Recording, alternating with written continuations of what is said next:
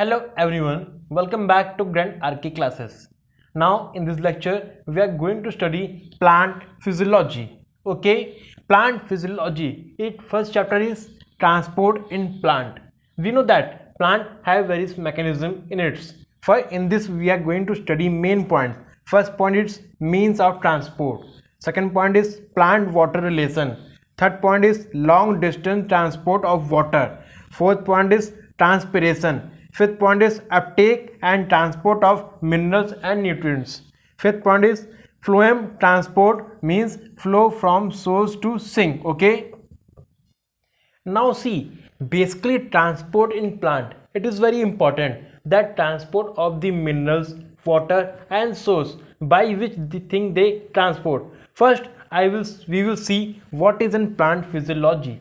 Plant physiology simply means study the functioning and the physical thing about the plant. Okay, now see, let's some common point about this. I have mentioned that in my coming lecture we will discuss the question, then we will clear all the topics. See, who is the father of plant physiology? Okay, it was Stephen Halleck in 1727. He had done the experiment. By that day he was mentioned as the father of plant physiology. After that his experiment was under concerned by the another scientist Julius and Sachs also in 1868. Okay, now another important question is that who is Indian father of plant physiology? It was Jagdish Chandra Bose. Okay, it is very clear name, Jagdish Chandra Bose. Also one main important question also comes is that who discovered the transpiration? It was Stephen Halleck. It is now clear.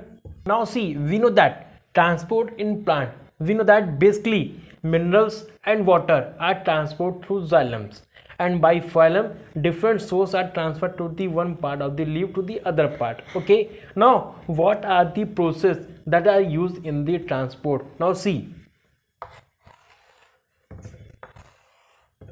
first one is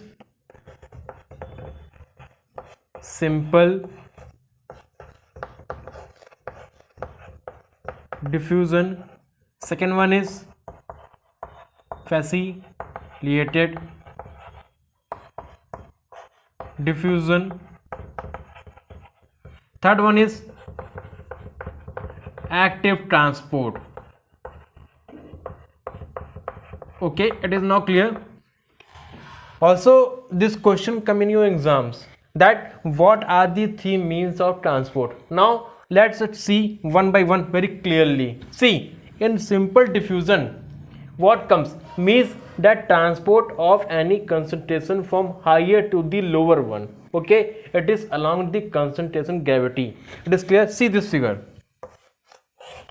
this have high concentration. Okay, high, by automatically it is a natural process. From this it is transferred to the lower concentration. Okay, it is a natural process. Okay, now in facilitated diffusion basically ions and molecules are transported through the biological membrane through the proteins, but one note this point that it does not require any chemical energy or a ATP. It is now clear.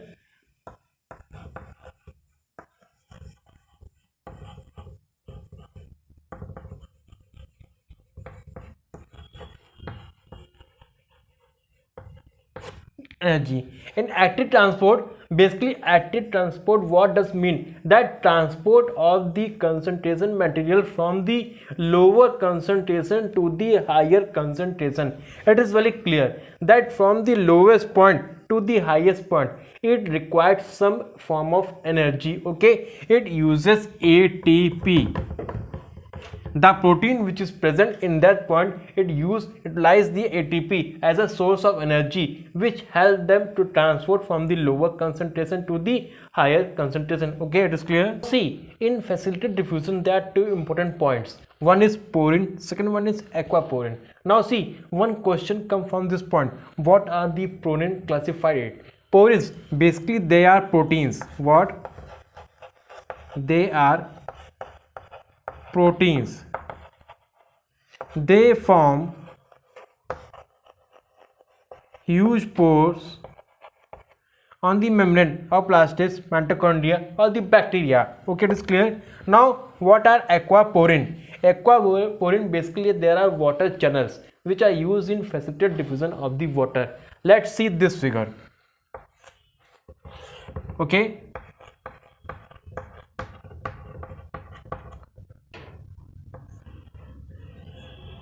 it is an transport protein form. Okay, it is an outer side and this is an inner side. Okay, from this way transport of the occur water. Okay, it is now clear.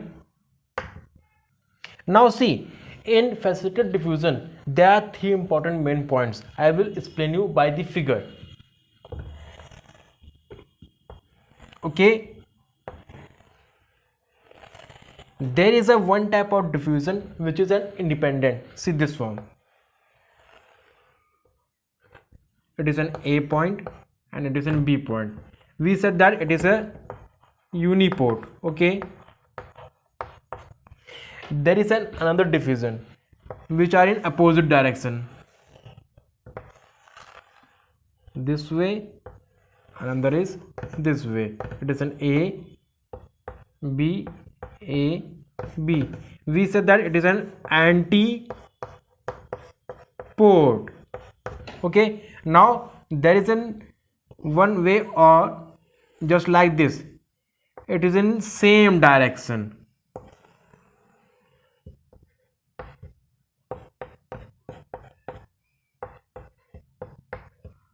It is named as sympod. It is an facilitated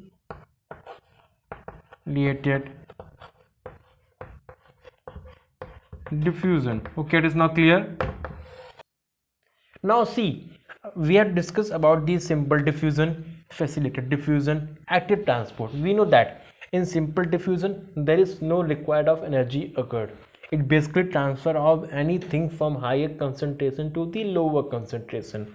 From facilitated diffusion, there protein involved in the transport, but they require no energy. Without energy they transport. Okay, but in active transport we know that transport of anything from lower concentration to the higher concentration, it required the energy in the form of the ATP. Let's see some comparison between these three.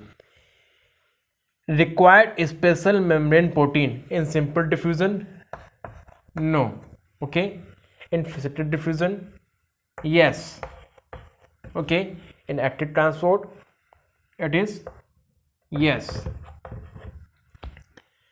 Highly selective in simple diffusion? It is no. In facilitated diffusion? Yes. Okay, inactive it is yes. Transport saturate in simple diffusion? It is no. In facilitative it is yes. Okay, inactive it is yes. Now uphill transport in simple diffusion? It is no. In facilitative it is also no. Okay, in active transport it is an yes. Now in required energy in simple diffusion? No. In facilitative it is also no, but in active it required energy, yes. Okay, it is now clear.